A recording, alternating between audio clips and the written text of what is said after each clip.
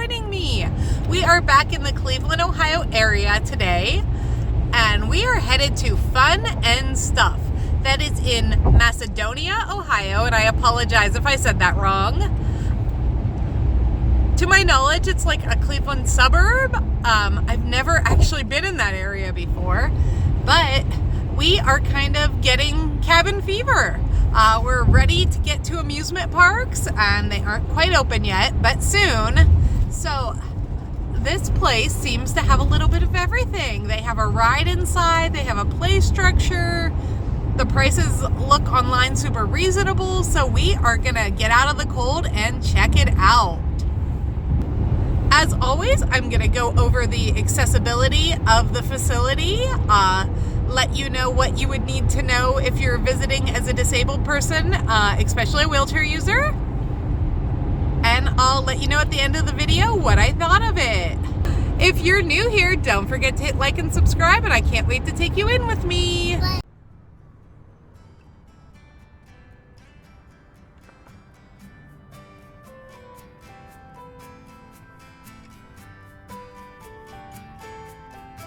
Here, and I'm so excited to go in.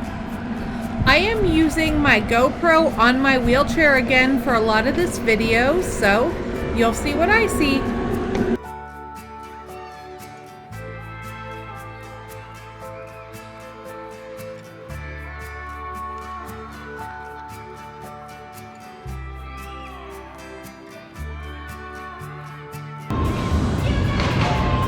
Thank you very much.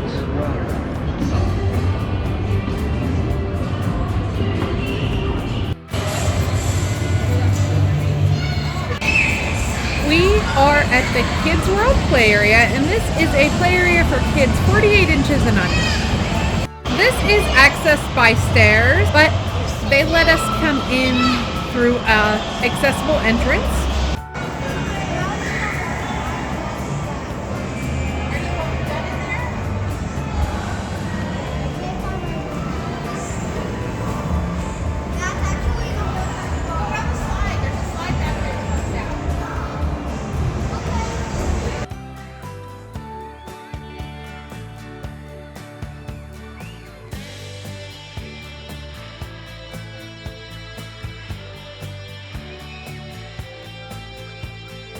Now Sarah is trying the Euro bungee. She's really excited. This does have a 200-pound weight limit, but other than that, adults can jump too.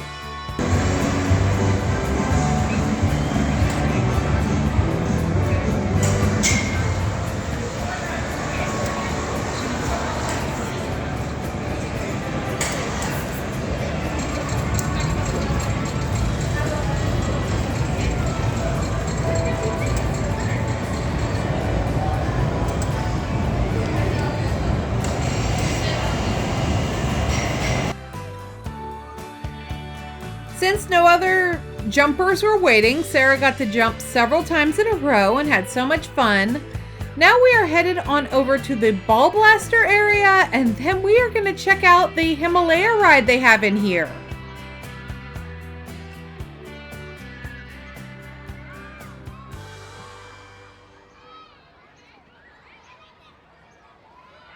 Unfortunately, the Cannonball Blasters is closed.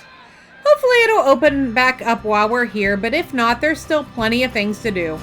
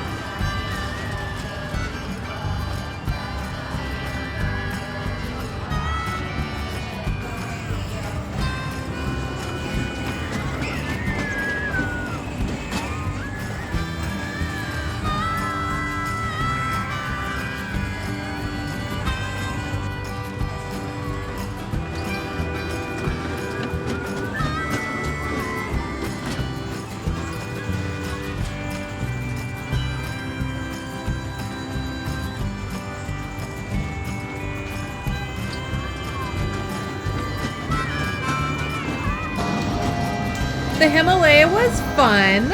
We rode twice in a row, which was enough for me, but Sarah loved it. Don't mind my hiccups. And now she's back to jumping.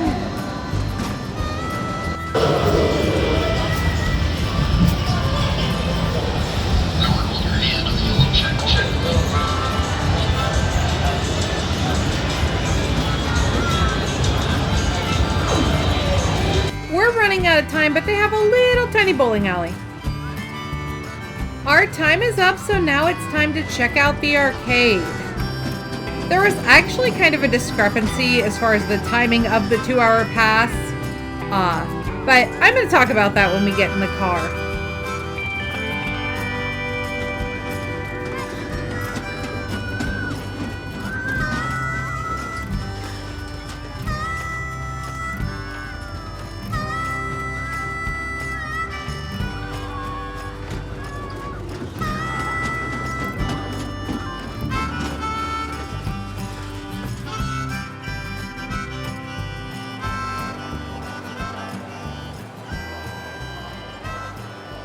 This arcade is so big. It's like never ending, really, and they just kind of have games stuffed in any available space. We are having so much fun.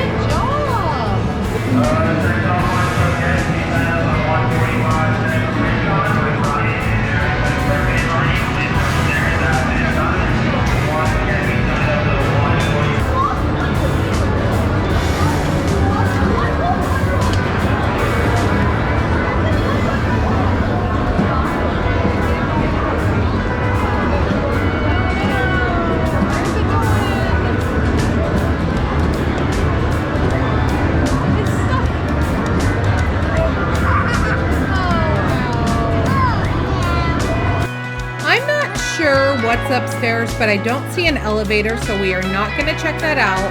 Now, I have not asked if there is an elevator.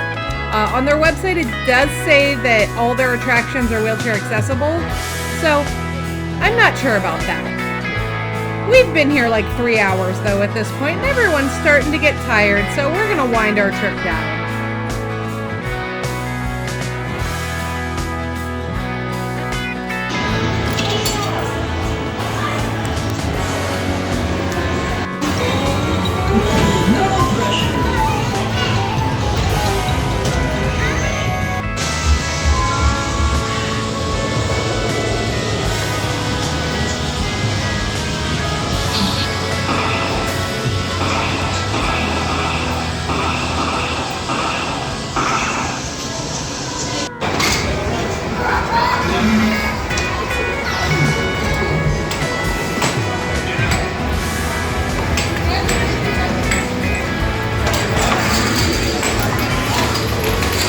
Get him!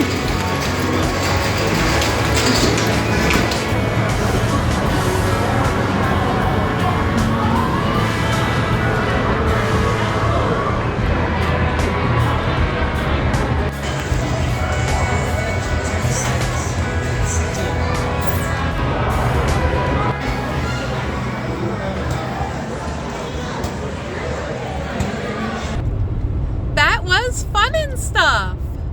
I'd really like to go back in the summer because they had so much more stuff outside that isn't open right now.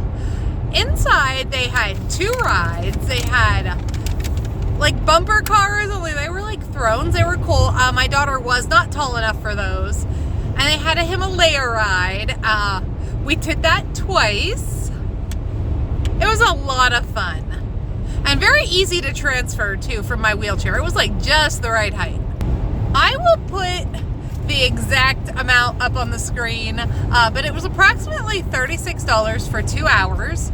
or attractions were $8 a piece. So she more than got her money's worth. The laser maze was a big hit with her. She did that several times. There was actually another one that she didn't do. Somewhere there was laser tag. We never did find it. There was an upstairs and we did not go up there, so it could have been there. There was little duck pin bowling. We did not do that either. They had like a ball blasting room where you could shoot each other with balls, but that was not open. It had a sign that said it would open at the top of every hour, but it didn't. Like everywhere else, they probably have a staffing issue. The arcade was very reasonably priced. The prizes were really easy to get. They didn't cost a lot of tickets, and there was a huge assortment, so I love that. Sarah had a lot of fun shopping for prizes.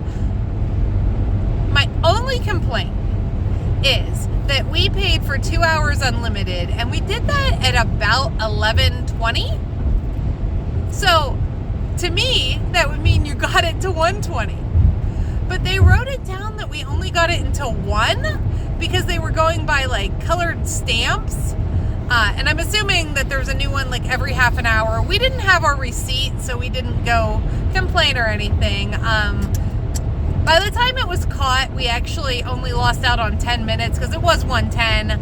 Sarah wanted to jump one last time. Lay told her she couldn't because her ban expired at 1, which was confusing because we didn't buy it at 11.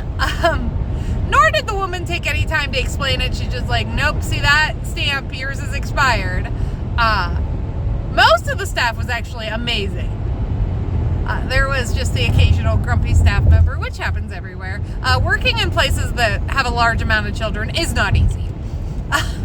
So I always give a lot of grace when we're at places like this because it's easy to have a bad day. I definitely would give it a 9 out of 10. I highly suggest if you're in the area, especially in the winter when there's not a lot to do, go check it out because it was a lot of fun. If you like this, don't forget to hit subscribe. We do a lot of amusement type places, and I just love talking about them and their accessibility. That is all I have for you today, so I will see you later.